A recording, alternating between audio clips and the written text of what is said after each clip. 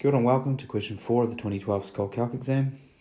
This question consists of 3 parts. The first, a differentiation problem. The second, I guess you could call a conics question. It's a multivariable equation that you need to interpret. And the third is an absolute beast of a trig identity, which is very easy to get lost in.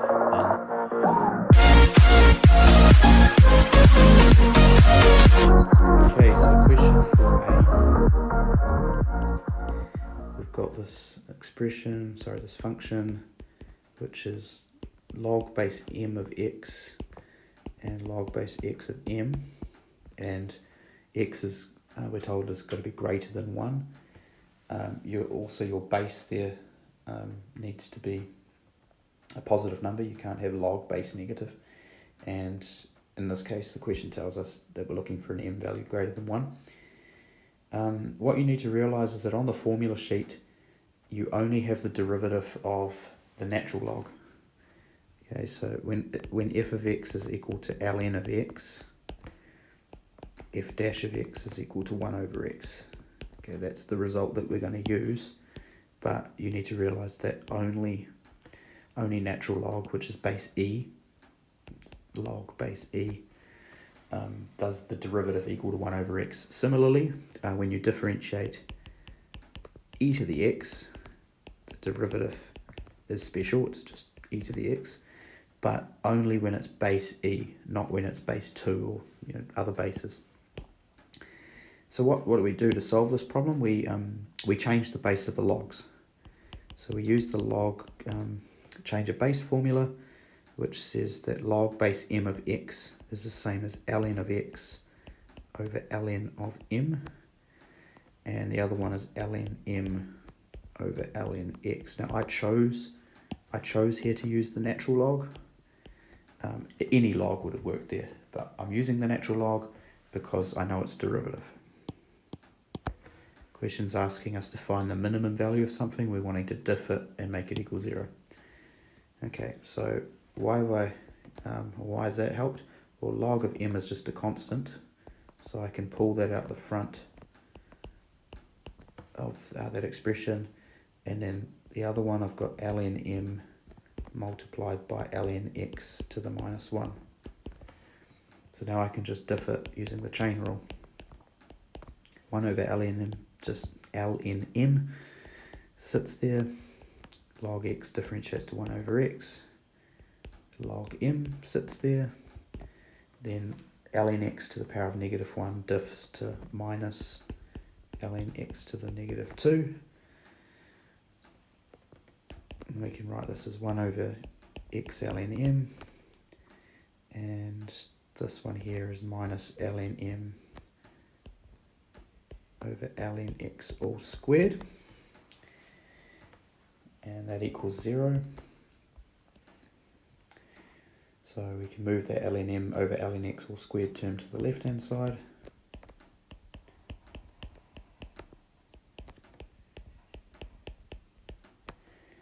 And we're trying to solve here for x.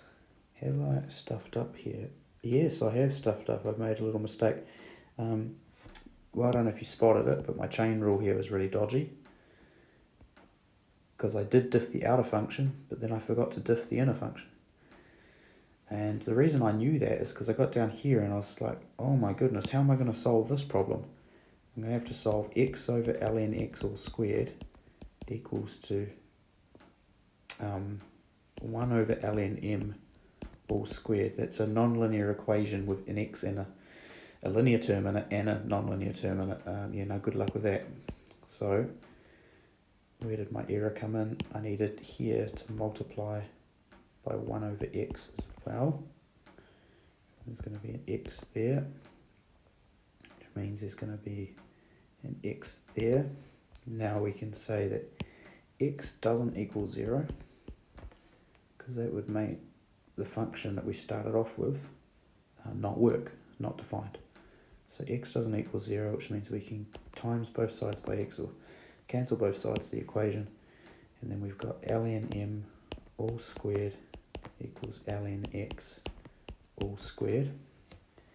Kind of like when we solve x squared equals 9, we've got x equals plus or minus 3. So here we've got ln m equals plus or minus ln x. The plus or minus goes up the top before we can cancel the logs. So let's get plus or minus 1 there. And we were told that x is greater than 1. And we were also told that m, we're looking for a value of m that is greater than 1. There are two values of x here. We're able to cancel the logs now, and we've got answers of x equals m or x equals 1 over m. And the second one doesn't work because if m is greater than 1, that would make x less than 1. So that one doesn't actually work. And if x is equal to m, the question told us we didn't, we needed to find the minimum value. It didn't tell us that we needed to prove it was a minimum. But we've only got one answer, so I guess it is. And we substitute that x equals m into this expression here.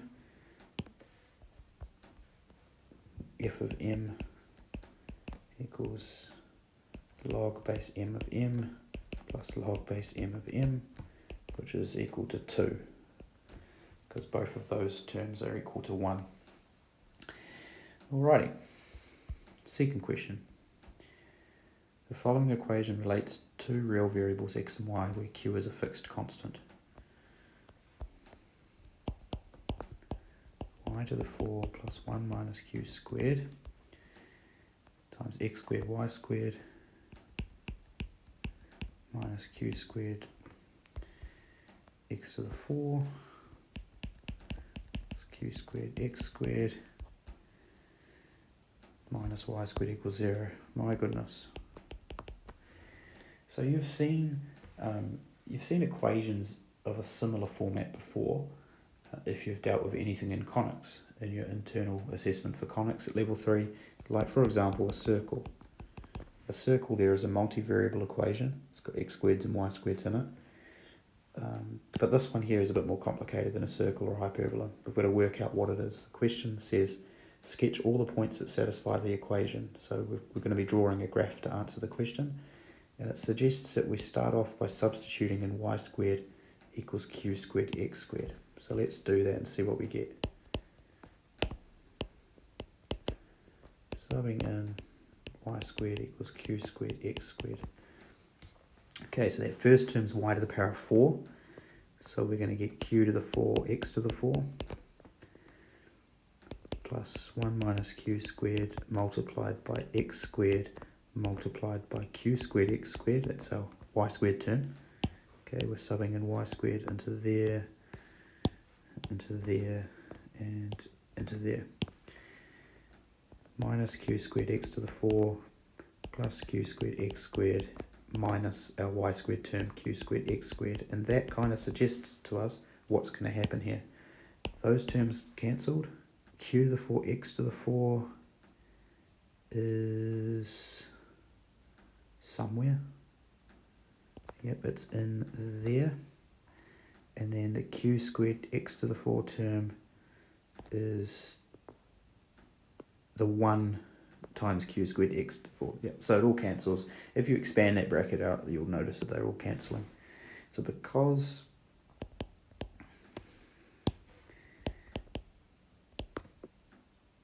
it all cancels, y squared equals q squared x squared is a set of solutions. It's like when you substitute into an equation and you prove it works, you'd get like 0 equals 0.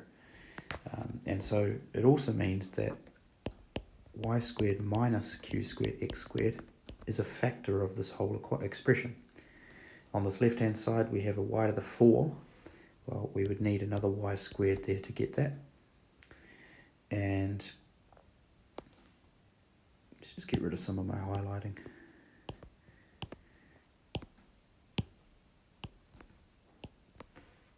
So we've just made a y to the 4 term. We've got another term in this minus q squared x squared y squared.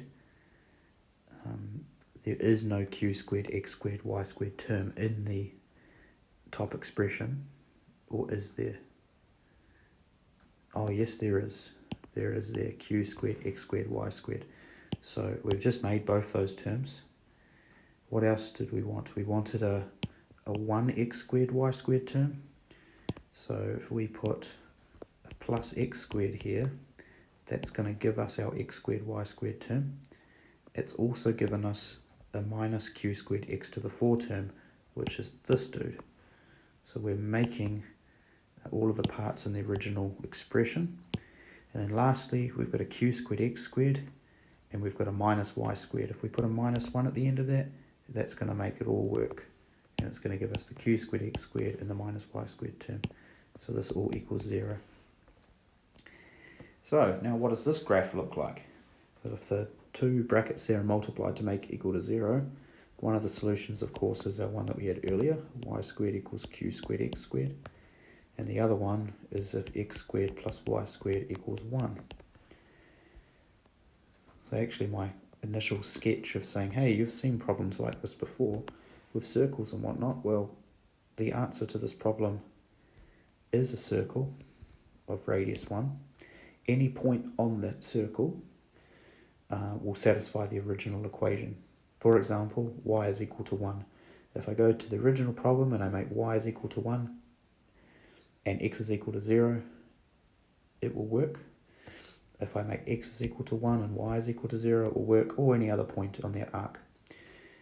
And what does the y squared equals q squared x squared term look like? If we square root both sides, we get y equals plus or minus qx.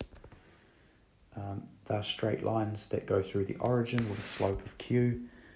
Don't know what q is, but it's going to be like that and like that. So you can say that that's qx, and that one there's negative qx if q is positive. And then that there's the unit circle, x squared plus y squared equals 1.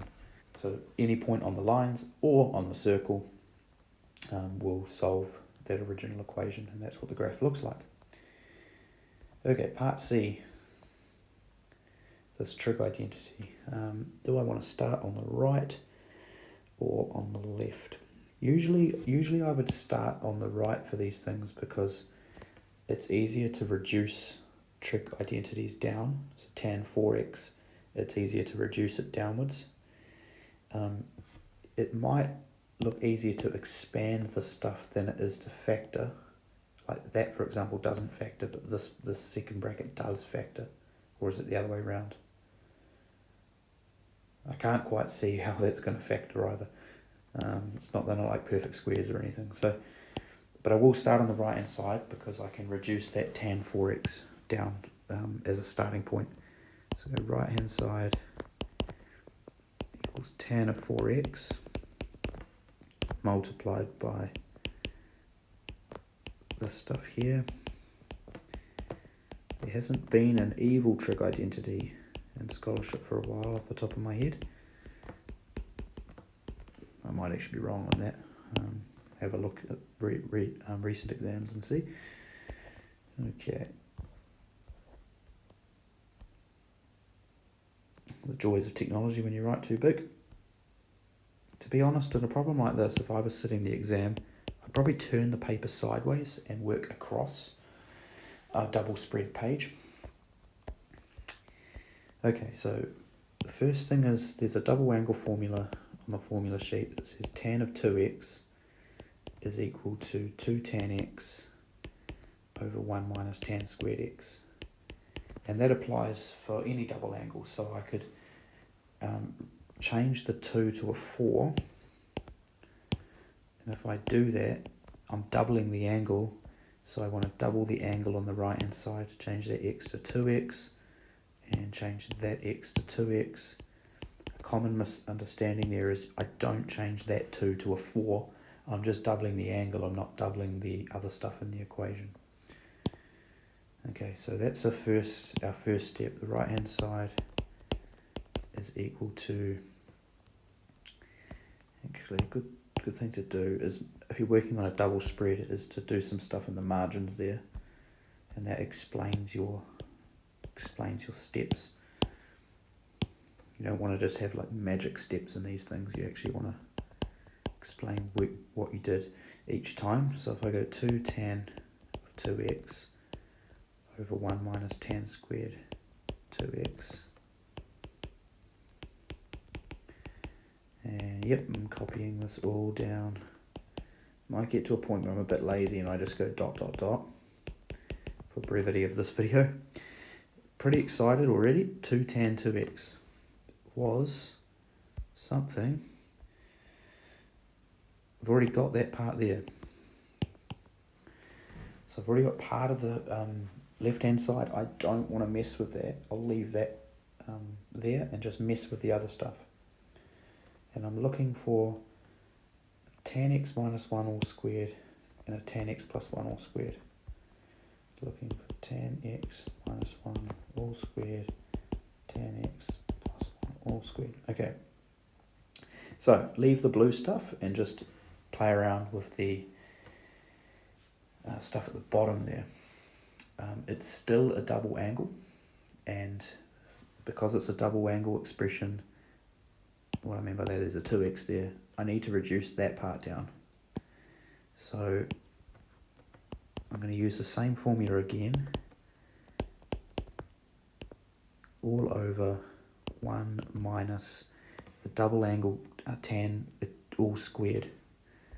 So that's the formula I introduced earlier, 2 tan x over 1 minus tan squared x, that's the double angle for tan all squared.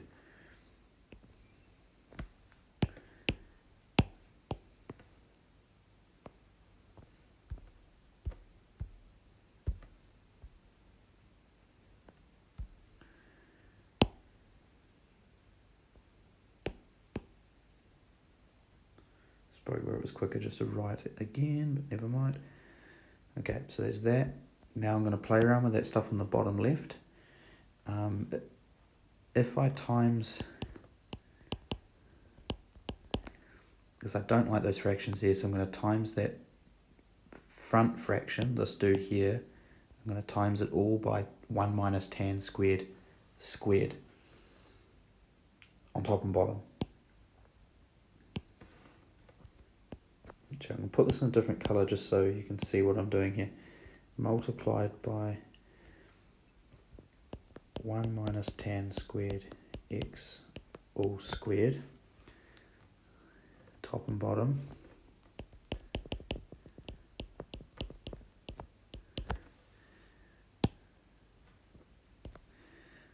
And that's going to solve my issue of having a fraction underneath or in the denominator of another fraction. Okay, times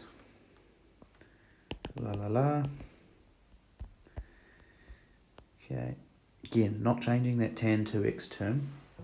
When I multiply the top by 1 minus tan squared x, I'm just going to leave it there for now because I don't know what it's going to look like. Or do I? No, let's expand it.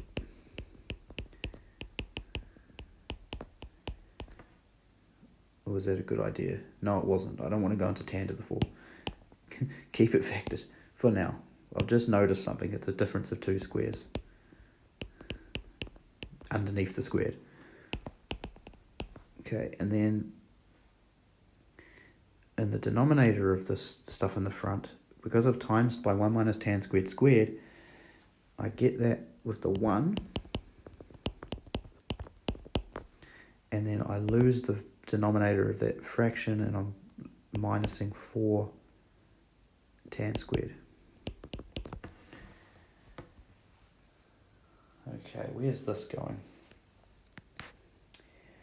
There is heaps of differences of 2 squares here, and that's the trick to being able to solve this problem. We've reduced everything down to x's except for the 2x term, so this I was saying we're going to keep that there. All the other angles are down to x's, which is good. The 1 minus tan squared x all squared is 1 minus tan x all squared 1 plus tan x all squared. It's a difference of 2 squares and then I'm squaring it. And I'm not going to be lazy this time round. I'm going to copy that down here. And then the denominator is a difference of two squares as well. It's a squared minus b squared. So I can write it as 1 minus tan squared x plus 2 tan x multiplied by 1 minus tan squared x plus 2 tan x. Okay, that denominator there was a squared minus b squared, which is a minus b, a plus b. Now what's actually happened here? Have we got anything simplifying? We should have a whole heap of stuff that simplifies. What was our goal? Our end game was to get this dude appearing. Seems like we've got a whole heap of superfluous stuff that we don't need. Does anything factor? So sneaky, so sneaky. If I times the bottom left one by minus 1, I need to times the other one by minus 1. And I've just times by minus 1 twice, which has done nothing. And that means that the factors cancel. That factor cancels with that factor. And that or not. Oh, that's because when I did the difference of two squares thing, I needed an a minus b in that thing. So now it's a plus, and yep, it cancels. That factor cancels with that. I guess if I was doing that in an exam, I'd probably just write it out one more line, because if I cancel stuff or if I change minuses into pluses, it looks dodgy. It looks like I'm just trying to fudge it. But we've got the answer. So tan 2 of x, 1 minus tan x all squared is the same as tan x minus 1 all squared. A negative inside a square does nothing. And then we've got tan x plus 1 all squared equals left hand side. Happy days. Hope you found that useful. Particularly in my pointer of don't expand stuff until you're sure what you're going to do with it, and also this little sneaky trick here of timesing by 1 to tidy things up a bit, and thinking about where you're heading with this problem. I knew that I had a 2 tan 2x in my solution. I just worked around it. Catch you in the last video.